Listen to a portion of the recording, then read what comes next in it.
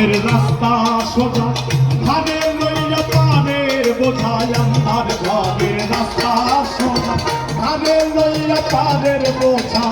আল্লাহ রাসূল মুর্শিদ ভাজা